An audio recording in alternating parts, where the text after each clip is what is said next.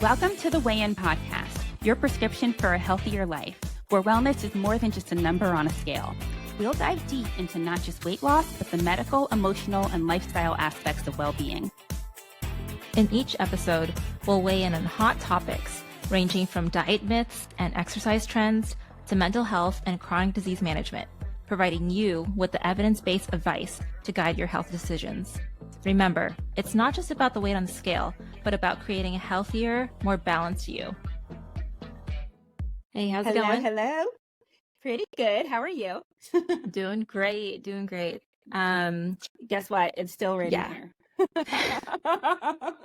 Like, again, torrential downpour. It's super, super depressing. Yeah, it's been raining here as well, but not as bad as you guys. It's just unusual for LA weather. We're paying sunshine tax, so we need to have the sunshine. Sunshine tax. I love So, that. I need my refund. What's been going on with you? Not much. Definitely been trying to keep up with all the weight loss tea in social media, on the news. The latest TikTok trend. Have you heard of this? Ozempic. No, what is It's like the new TikTok craze. So basically, people on TikTok are saying that they've been doing like an Ozempic diet and that they've lost tons of weight. There's people who are like, I lost 40 pounds in 2 months. Some people are like, I lost like 10 pounds in 21 days. And yeah, that's like, this is the latest thing. Like they're just eating oatmeal? Like So I don't know. Yeah, girl. So the recipe is it's like a drink that has like oats water, a squeeze of lime, and then plus or minus some cinnamon apparently. And people like dump all this into a blender and they make this and they're calling it like an Oatzempic. This is like the thing, and they're saying that it's like Ozempic basically. That reminds me a lot of that Beyonce diet that was out a few years ago where she only had like lemon, cayenne, honey or something. I don't know. But that's all you had. You lost a lot of weight, but it made you go to the bathroom and it was made you lose weight for sure because that's all you're having.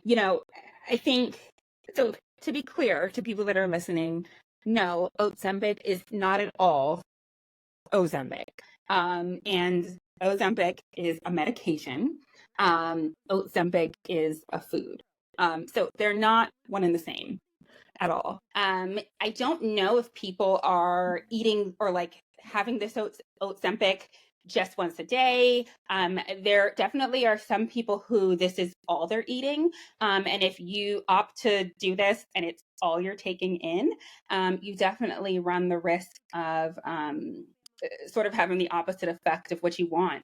The thing about not taking in enough calories is eventually your body starts to think that it doesn't need to work as hard to burn calories, and you kind of plateau and stop losing weight. So that's the thing about sort of taking in too little calories, which if all you're doing is taking in this like Ozempic drink, that definitely is probably what's happening there. So it definitely could have the opposite effect. That being said, oatmeal in and of itself is not a bad thing to have. Fiber, in many ways, is like a beneficial thing to have when you're on a diet. And people aren't wrong for doing that. So I don't think there's anything wrong with the drink itself. I think it's just problematic if you're doing it all day, and if you're doing it as sort of your only method of weight loss. Anytime you do too much of any good thing, it can always be problematic. So that's kind of what I would say. I recommend that you eat a balanced diet. In general, I encourage my clients to do a high protein diet. And this is definitely not that. Yeah, it just rings to me as another trend, like just another cleanse or whatever. You probably will lose the weight really fast, but you'll just gain it once you get back to eating regular food because it's not sustainable to be just having this oat drink. So, I mean, if you're trying to do it for an event, okay, fine, but it's just not sustainable in the long run. So I wouldn't find this beneficial for people that think it's going to last for a while. It's just not a good idea. And diabetics do not do Ozempic, please. It's not gonna help you in terms of glucose control. Don't do it. Yeah. So I was reading a couple articles actually. One was about Costco. You guys have Okay. Costco out where you are? Yeah, we got Costco out here. We don't Yeah. have In-N-Out, but we do have Costco. Oh yeah, Costco's like international. They're called SNR in the Philippines, and it's basically Costco. Ah, Costco is going to start offering these prescriptions of Ozempic. They're partnering with a company called Sesame, which is like a healthcare marketplace. So it's like 179 a month for like 3 months or something like that. I'm by no means saying that this is what's happening with Costco, but Zarina, I think you and I know that a common marketing ploy is like, oh, $150 for semaglutide, but like it's $150 to prescribe semaglutide, not get Mm-hmm. you the medication. And when you pay for the medication, if your insurance doesn't cover it and you're buying brand name Ozempic or brand name Wegovy, your actual price tag might be, I don't know, like upwards of $1,200. A lot of times, if it seems really cheap, it might not necessarily include accessing the medication. A lot of times, if it sounds too good to be true, it is too good to be true. And again, that might not be the case with what we're talking about specifically, but just something to think about when you're looking for these medications, is that sometimes that price tag oftentimes will mean compromising on the safety of the medication, or potentially not necessarily accessing the medication. Perhaps it includes your visits and getting prescribed the medication, but not the medication itself. Just to add to that, I agree. There's a lot of these online websites that I see that would, or ads, and it's like, oh, you get semaglutide as low as like, 159 or whatever a month. But yeah, there's a fine print there. The nice Right. thing about you and me is that we're upfront with what our prices are. So I don't Yep. want to like nickel and dime you and make you think like, oh, you're going to be paying this one price, and then, so we're very upfront with how Extremely. much We don't have everything time for costs. games. No. And So most legitimate places aren't really going to have like hidden costs, and they're going to tell you up front sort of what the deal is. And one thing that I like about both of our clinics, Serena, is we also offer things that can kind of suit a wide range of incomes, right? Like if semaglutide isn't in your price range, we have other options, because we get it. Like these medications are expensive. oh yeah, I They're mean, super. I They're offer super a expensive. weekly option. So if you can't Yep. pay the monthly price, and well, you can come in weekly. We can give you the injection. No commitment that way. If you want to pay the monthly price, do it that way. That's fine as well. So we are very flexible with whatever your needs are. Yep.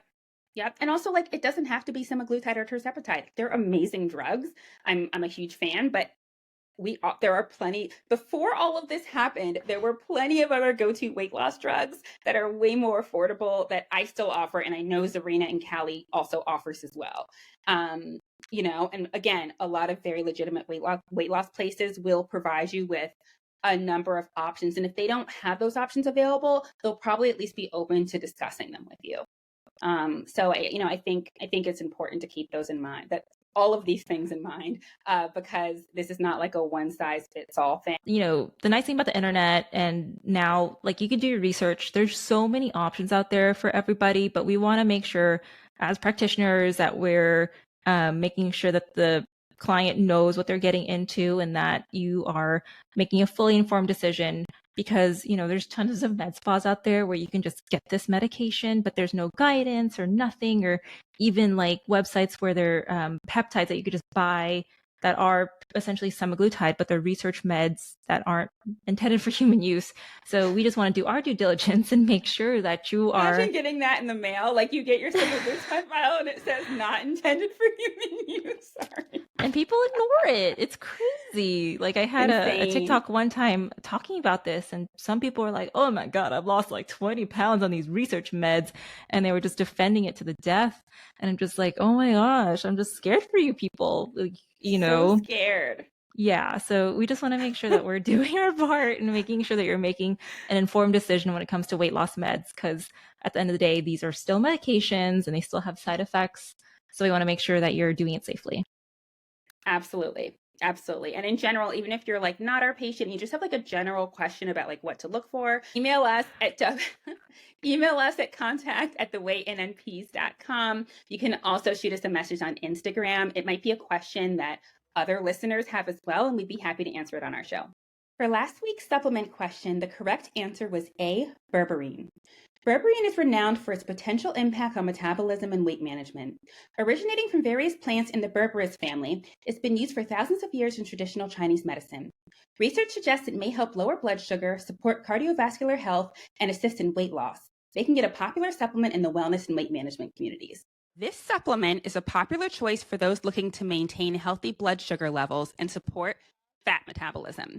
It's a trace mineral that enhances the action of insulin and is involved in the metabolism of carbohydrates, fats, and proteins. What supplement is this? A, chromium picolinate. B, a basic multivitamin. C, L-glutamine. And D, B complex number 6. Today we'll be talking to Andrew Hewitt. He is a board-certified psychiatric mental health nurse practitioner. He also has experience in ICU and the ER, and he found his passion for mental health. And his practice also encompasses many other services that we'll go over, including men's health and weight loss. And so we're so fascinated to be talking to Andrew about his experience and his expertise in this field. So thank you for coming Andrew. on. Hi, how you guys doing? I'm doing great. Thank you We're for being super here. excited to have you. You were like one of the first people that we thought of when we were like started doing this podcast and wanted people to come on, because it's really cool that you have this experience being on Tirzepatide and then you have this amazing clinic. Thank you so much. Yeah.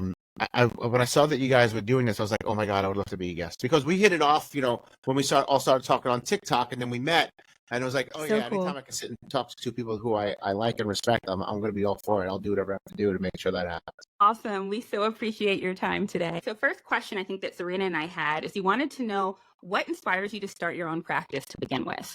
All right, so I was working for a really large psychiatric firm here in Florida. They have like 35 offices around the whole state. I was one of they had over 100 psychiatric nurse practitioners there. It was a good company. I was getting paid really well. They were nice to me. They gave me a lot of leeway. I had a health issue. I needed to rework my schedule. They could not have been nicer. I never left them because I was like, oh, screw these people. But we had a team meeting one day. And so mind you, there's at least 100 of me. Okay. And they're like, hey, follow-ups from now on have to go from 20 minutes to 15 minutes. And I was like, okay. Like, this way you guys start seeing an extra patient every hour, essentially. I'm like, all right, well, most of the patients are follow-ups because everyone's full. It's 10 hours a day, 4 days a week. They want me to see an extra 10 extra patients a day, 4 days a week. That's 40 extra patients a week. I know what the insurance rates are because all insurance work. And I'm like, and there's 100 of me. So it's 40 new patients. So that's 400 new patients at 160 to 180 a follow-up. It's like, it's a lot of money. And I'm like, I could do this myself. And at that point, I was already doing it like in my spare time. Like Tuesday nights and Thursday nights, I would do it. I would come home from work and I would see some of my own patients. And then I said to my wife, I was like, I could do this full time. She's like, let's do the math and see how it like all works out. And a month later, she was like, you're right, you can. I'm like, yeah. I was like, we need an office. And she was like, let's see how we make that work. And everything just snowballed. Every time we'd be like, hey, this is the direction we're going to go in. And everything just lined up for us to go in that direction, So cool. And did you start off by just doing mental health initially and then sort of add in these other services?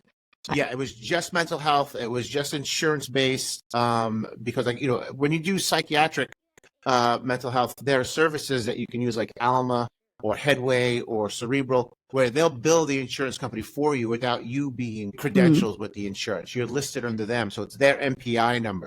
So this way it's like you could still do your own thing, which is why we're still able to do our own thing. It's like we take insurance, but we're not taking insurance at the same time. But it was strictly that. Excellent. I had no idea that these other things were available to do. What's the name of your practice and where are you guys located? Caliper Wellness. You find us at caliperwellness.com. We are in Hudson, Florida, but I am licensed in 14 states and the U.S. Virgin Islands. Oh, wow, congrats. That's amazing. Thank you. We're going to start volunteering. The Virgin Islands? That is so cool. I love that. So we went to St. Croix, and we were going to look at offices. We were going to open an office there. Wow. So I'm always thinking, listen, I'm 50. I don't know how much longer I could. I mean, I'll work until I'm dead. There's no doubt about that. But I don't know, do I want to live here in Florida? I mean, it's Florida, you know? So where can we go that it's the same weather, but not Florida? Like, I don't have to worry about seeing, you know, rebel flags and such, right? Right. So we went to St. Croix. We are picking up what you're putting down there. Yeah, exactly. So we loved St. Croix. It was the people were so nice and genuine. I talked to a therapist there, and I was just like, dude, I was like, listen, I don't mean to be blunt and disrespectful. It's my culture, being Italian, being from New York. I just have to be blunt. Can people here even afford mental health care? I said, because everyone seems super rich, and the super rich don't even live there. They vacation there. Well, they're super poor. And she was like, honestly, I won't lie to you. They can't. I'm like, all right. I said, so we should volunteer. And she was like, well, would you? I'm like, yeah. She said, call the Department of Health and tell them. So I called them and told them, and I told them that my wife's a nurse and that she's getting her license there in, you know, the Virgin Islands. I could see patients tele, you know, I'll give them a couple of hours a week to fill that time for me, and it'd be for free. And then once a year we'll come down, or twice a year, see patients in person.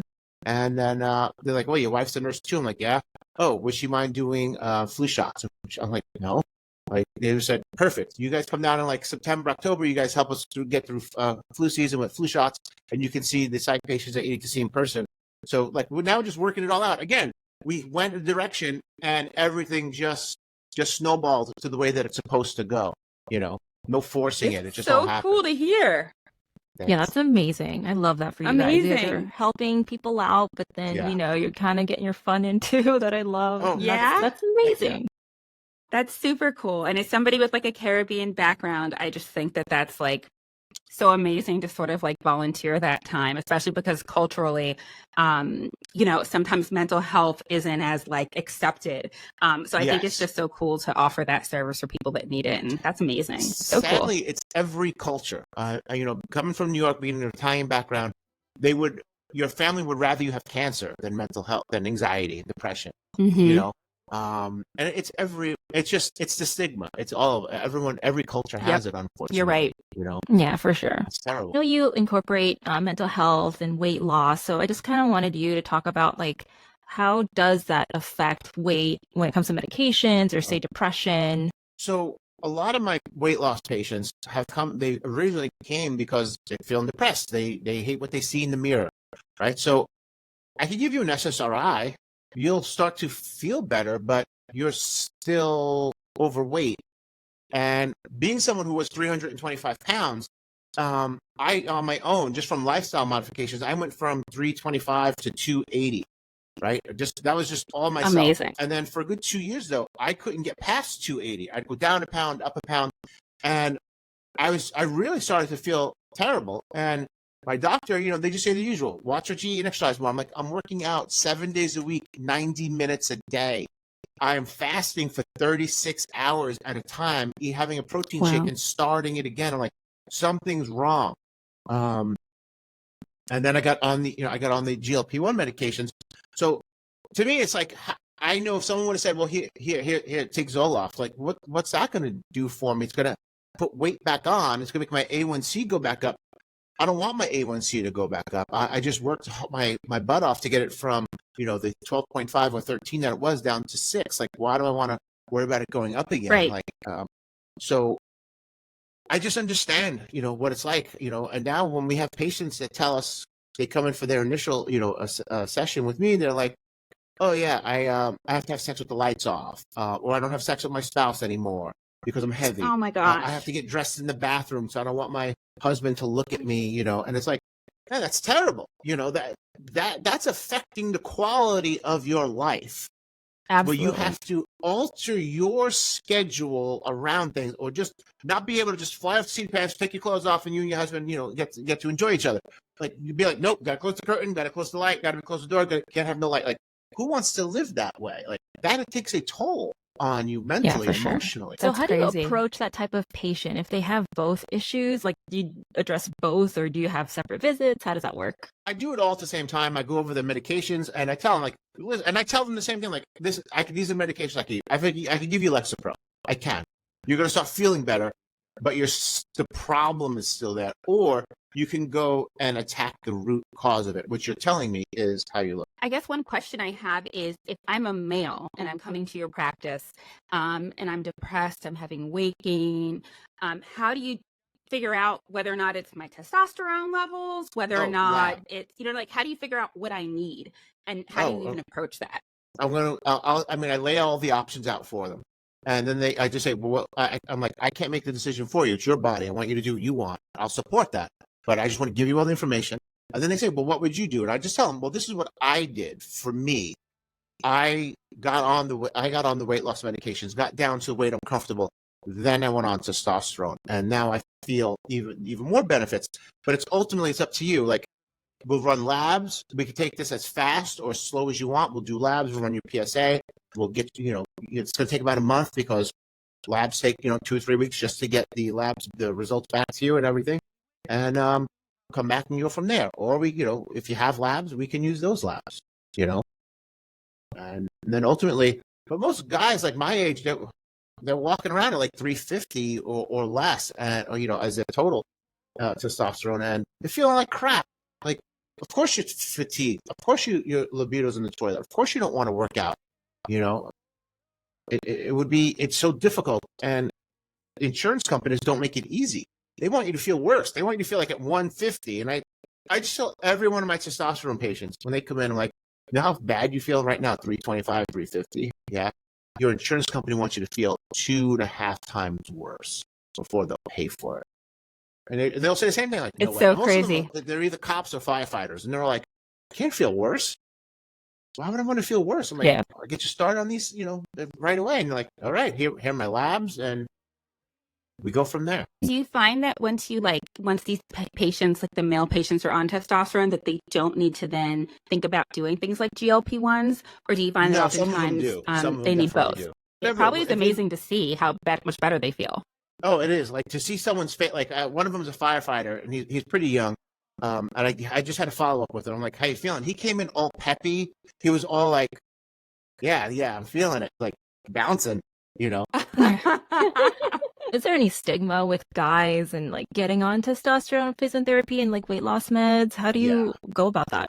Oh, man. So right off the bat, like, most of my male weight loss patients are because their wives are patients. And then their wives like, hey, they see what's working for them. And the wife's just like, go see Andrew. He will take care of you, and they're much more receptive that way. The guys who come in for testosterone, they want testosterone. So there's no real stigma. The real issue is when I get a patient who's coming to me for, depression or anxiety, and I have to try to tell them, like, hey, let's do some labs and see maybe if your testosterone is low. And they're like, I don't need that. Like, and I do the whole Adams assessment with them. I just go through the questions, and I just tell them, this is what this is the Adams assessment. This is what it's going to tell me. I want you to answer honestly, as honest as possible. They're all yes and no questions.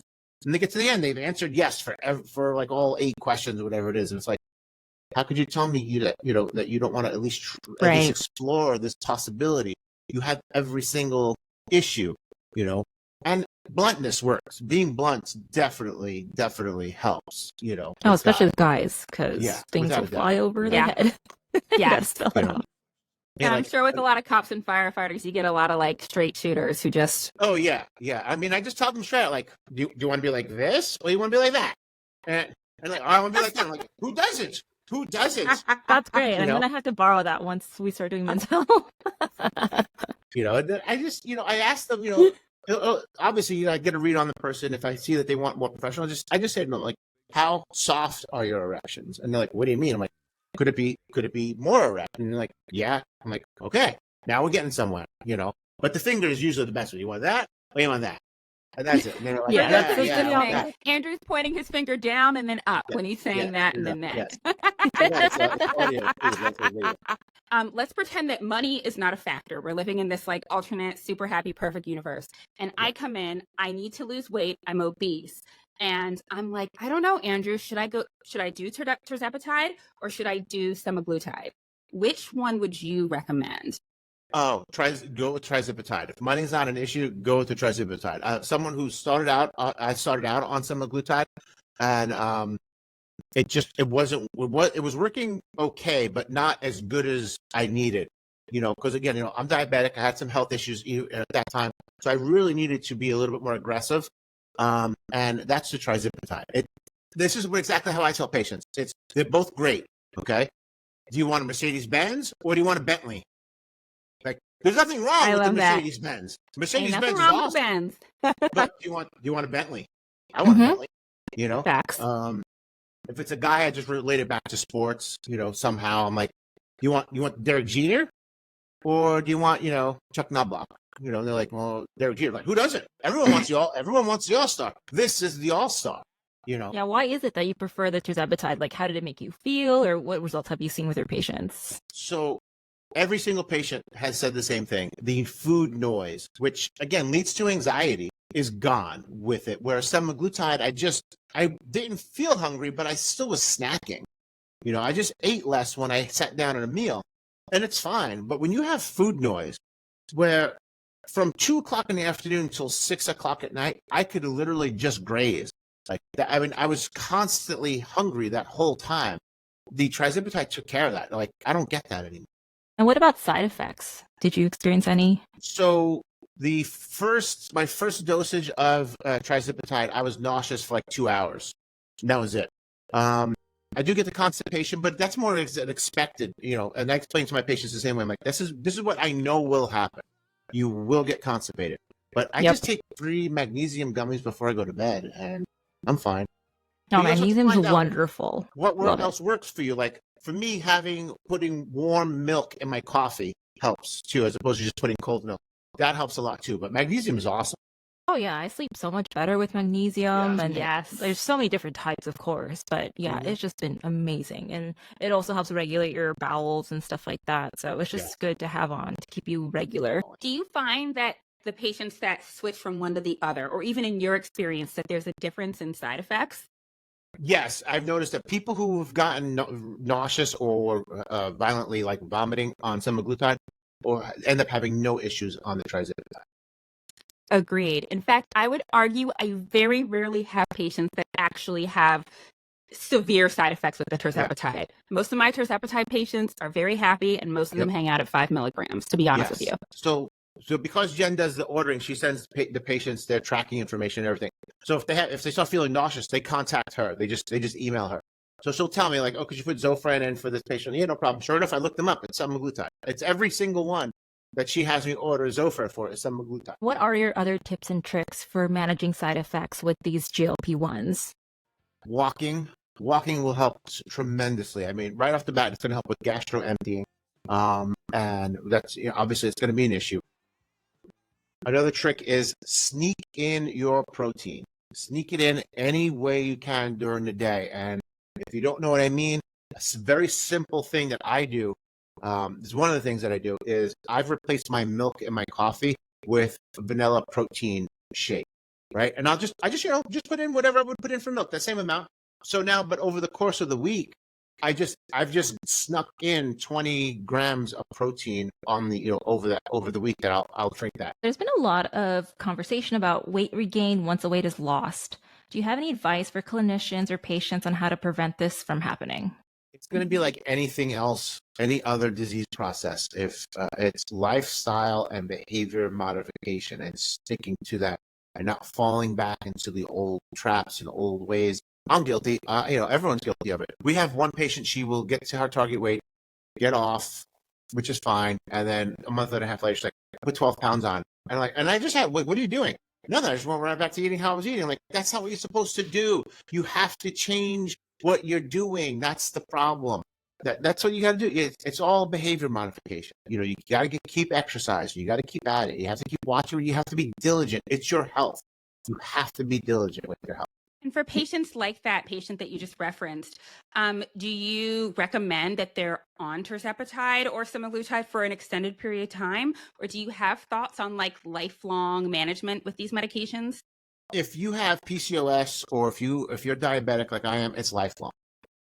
Every other patient, I leave it up to them what they want to do. I just give them what I would think is the best advice, and I just tell them you have to make your own decision. I'm just here to guide you. That's all. Ultimately, You're the captain of this ship, and I'm just showing you. I'm just holding the map. But if you have to, for some people though, it's that question of like, well, if I can just get these 10 pounds off, well, then I'm not morbidly obese anymore. according to my life insurance, and I'll be very happy with that. Because that's scary as hell when someone tells you you're morbidly obese. I was laying in the hospital bed after having a heart attack, and I was told, like, of course you had a heart attack. You're morbidly obese. I'm like, what? Huh? Who? Who's morbidly obese? The doctor's like, you're 5'9", 325 pounds. What do you think you are? I'm like, I don't know. He's like, morbidly obese. And I was like, oh, this just sounds so rude. It does sound rude. It does sound rude. I'm fat. I mean, that would have been fine. I was like, oh yeah, I am fat. Like, morbidly obese. Like, come on now. Don't use it for name calling. It is a diagnosis that makes you cringe. Yeah. Yeah, it just sounds worse somehow. Yes, Even though it means the definitely same does. thing. It's just worse. Have you got the story of Kevin Smith when he was thrown off the airplane because they said he was too fat to fly? No, I didn't know. So he needed a second seat, but I think at the time he said he knew this already, so he always purchased a second seat. But they were giving him a hard time, and they threw him off a flight, and they were like, "You're too fat to fly," and he was like, "Too fat to fly?"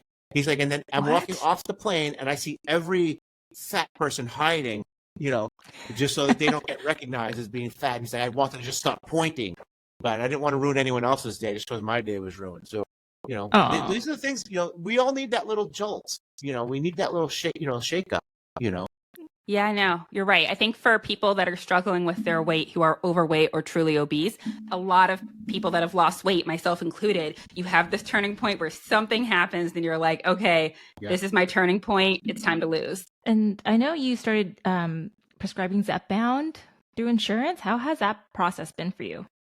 I don't want to get anyone in trouble when I say this, but insurance companies suck.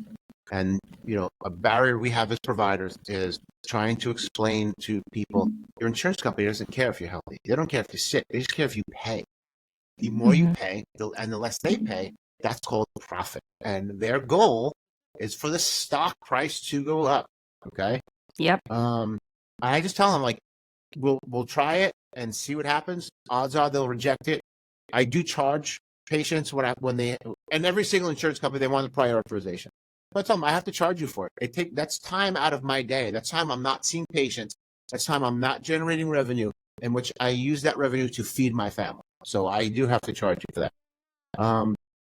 But the insurance companies, when you get on the phone with them, you start asking them questions, or they start asking you your questions. These questions are meant to, one, confuse you. So this way you answer it incorrectly. That gives them the chance to deny it, and two, contradict each other. So they would have basis now to deny the medication. Like, you have to really have like a little bit of a lawyer mindset when you're doing the prior authorization. I'm lucky. I grew up in a family of people who were in a lot of trouble with the law, so I got to witness some stuff. But you have to be that diligent. You have to ask them. If you don't understand the question, you have to tell them, like, say that, like, reword that. That sounds confusing. Make them break it down. And I just tell them, explain it to me like I'm 5 and I don't know this stuff. They want you to answer yes here, and then actually the direct opposite here. And if you say yes here, well, that contradicts that one. That question, that's it. Your claim's thrown out. Wow. What questions did they ask? Do you remember? That's insane. Body, they asked what height, weight, BMI.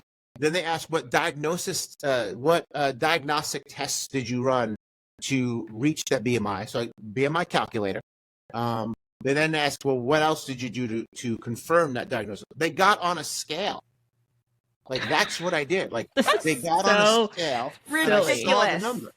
Like, that, a scale is an instrument of measure, and it's in a doctor's office. Like, it's a real thing. It's a real tool that, you use in the medical profession. I had another question.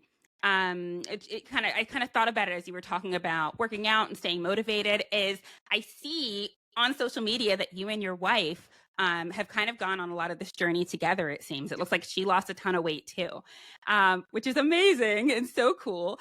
And I think something that other couples may struggle with, right, is when you're going on a weight loss journey and maybe your spouse doesn't want to go on that weight loss journey yet, or maybe they're not ready. And do you have any advice for sort of navigating that? Be patient. Everyone's on their own journey, right. their own time frame. What you can have, and this is for anything in life with any partner. If your partner, though, isn't supportive of you, that's a lot different than them joining you. They could not join you, but still be supportive. If they're not supporting you though, like it's nothing's going to work for you. It's just, unfortunately, it's not. But it's the same thing. Like if you were trying to get over alcohol, but your spouse drinks to excess, not just that they have to stop drinking, but if they're going to drink to excess, you're going to be more inclined to just be like, I'm going to keep drinking. This is no different. Right. They just have to be supportive. That's it.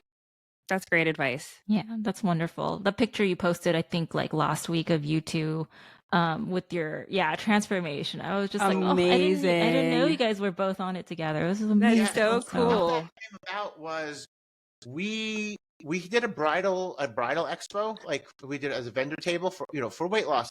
So we came up with a photo shoot idea. We didn't. Jessica, our COO, did. She's like, we'll do a photo shoot. You guys, and she lives in New Jersey. She's like, you guys got to fly up here. I have everyone here, hair, makeup, whatever. Ooh. Come up here. We'll do Jen's bridal day, like Jen's wedding day, the whole bridal thing, and just take pictures of everything. And Jen hates being on camera. She hates. So if I do a video, if you guys look up at my old TikToks when I would do like dad jokes with Jen, she would get so annoyed because she knew she was going to be on camera. Now we look at those videos and we laugh because neither of us look that way anymore. But so we did that. She got the wedding dress off of Amazon, which was a beautiful dress. We had people ask for if they could buy the dress. So we went and did that, and she loved it. She absolutely loved every single second. The makeup, the hair, the eyelashes, the nails, all of it. We put this PowerPoint, video together for the bridal show, and it went over. It went over really well. So now in my office is a picture of us from the before picture, like at our wedding. I have people like when they sit down in the office, they're like, "Is that your brother?" No, that's wow. That was me. No, that's not. That's not you. I'm like, yeah, that's me when I was 330 pounds, whatever I was. Wow, that's super inspiring. It's so inspiring, and that picture is like so amazing to see because both of you had like such a significant transformation. Thanks. The picture that hasn't been shown yet is both of us wearing those original outfits. I had the dress on, the dress, obviously, I mean, it looked terrible. But the shorts, my shorts that I'm wearing in that picture, they were a size 46. I'm a size 34 now. And they were uncomfortable when I wore them on our wedding day. They were snug. Wow. To say the least. And the shirt was a 3X. Some of my shirts now, I have a couple mediums that I just cut the sleeves off of, and it's like I can wear medium. Okay, show off them guns. Great feeling. Yep. It is. Then you start buying yourself all these different kinds of clothes that you would never wear. I'm on a whole tracksuit kick right now. Poshmark is awesome, and so is hospice. Any hospice thrift stores. I go there. I buy clothes. I'm not embarrassed to say I go to a hospice thrift store and buy clothes for $5. Not at all. Oh yeah, I love thrifting, especially you find some nice gems. And also, it's like expensive trying to get back once you get to your like goal weight, trying to like get a whole new wardrobe when your whole life you've been a totally different size. So I'm all about the thrifting. When I finished up in the hospital as a nurse and I took my first psychiatric nurse practitioner position, I needed business clothes because I only had scrubs. Right, so I went and I bought pants and khakis and everything. They were size 40. Those 40s are now all in the donate pile, in our bedroom. But man, oh man, it's fun, trying stuff on that you would never ever wear. Yes. The damn workout shorts I wear, I would never wear those. I would never wear those shorts at 325 pounds. Now it's just like, give me those hoochie daddies. I'll wear them. Good for you. We went to especially because you're so limited when you're at those other sizes. They don't offer stuff that's nearly as just like cool looking or like attractive. Yes. There's more options now, but it's nice once you're sort of what's considered a normal size and you can wear all the things that you want to wear. Hell yeah. And then, I put on a size 36 pants last week because we had a business meeting. So I put on like dress clothes to look professional. Those were too big. And I was like, I guess I needed 34. And sure enough, I'm a 34 now. And I was like, I'm not buying any more pants though. I will stay with 36 and just put a belt on and it's fine. Well, that's such a great feeling. And, congrats to both you guys. It's amazing.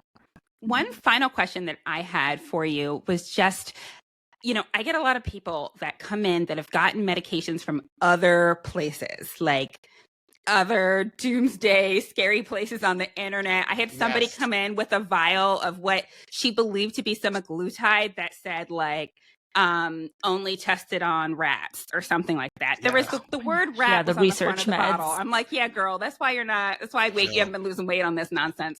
So I guess my question for you is like, and Serena, you can weigh in as well, but like, how do we educate clients on how you know that you're getting something from a legit place? Like, how do you know that a clinic online or in person is legit versus not? Research them. Like I give you my name is right there. If you could use Google, you'll see that my license is in good standing. Yep. You see all the states I'm licensed in.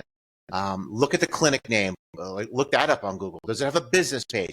Are you able to find it on the IRS website as a legitimate company with a tax ID number? Are they an LLC? Are they just is the name sound like a fly by night name? Is it called Express Weight Loss or something like that? Like don't be afraid, and don't be afraid to ask, where is your product coming from? 1,000%. Yeah. That's one of the major things that I always say. If it comes as a powder, if you have to reconstitute it, you don't want it. That's not legit.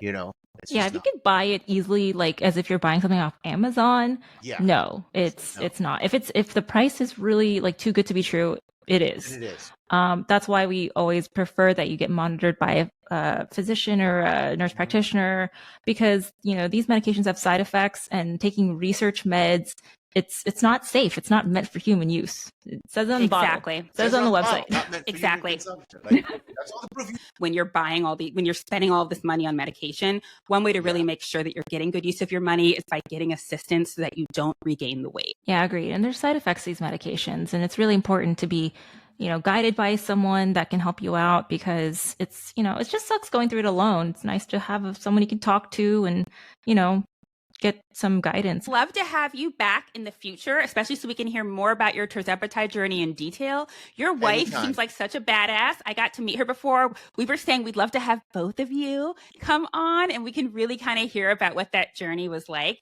So we'd love to have you come back in the future. You're awesome. Thank you guys so much. So how can our listeners find you? Was there anything that you would like to plug? Just caliperwellness.com, on Facebook, Caliper Wellness, on Instagram, same thing. TikTok, it's Andrew APRN. Andrew's TikTok is super lit. Like, if you just want to be motivated, like if you're like, oh, I don't feel like losing weight right now, oh, like I don't want to work, just go on his TikTok. It is super motivating and super fun. Scroll through his old videos. His TikTok is lit. Don't go too far back, because you'll see me, when I was heavy, saying stupid dad jokes and trying to annoy everyone in my house. If you went back far enough, if I have a full head of hair, if you see the mohawk, it's okay. But if you see a full head of hair, you went back too far. You went too far. Well, thank you so much for being on the podcast, and we can't wait to have you back. I'll come anytime. The answer is chromium picolinate. Oh, I have no idea what that is. And so chromium is great. So chromium is an essential trace mineral supplement that can help stabilize blood sugar levels, which is crucial for managing appetite and reducing cravings. It works by enhancing the effects of insulin, making it beneficial for weight loss and overall metabolic health. You'll still see it mixed in some supplements sometimes. Yeah. In fact, we have one from Martech Pharmaceuticals that's like a fiber supplement, but there's chromium in it as well for the reasons mentioned. If you've enjoyed today's episode, please take a moment to subscribe to our podcast, give us a rating, and share with your family and friends who might find it helpful. And remember, we love hearing from our listeners.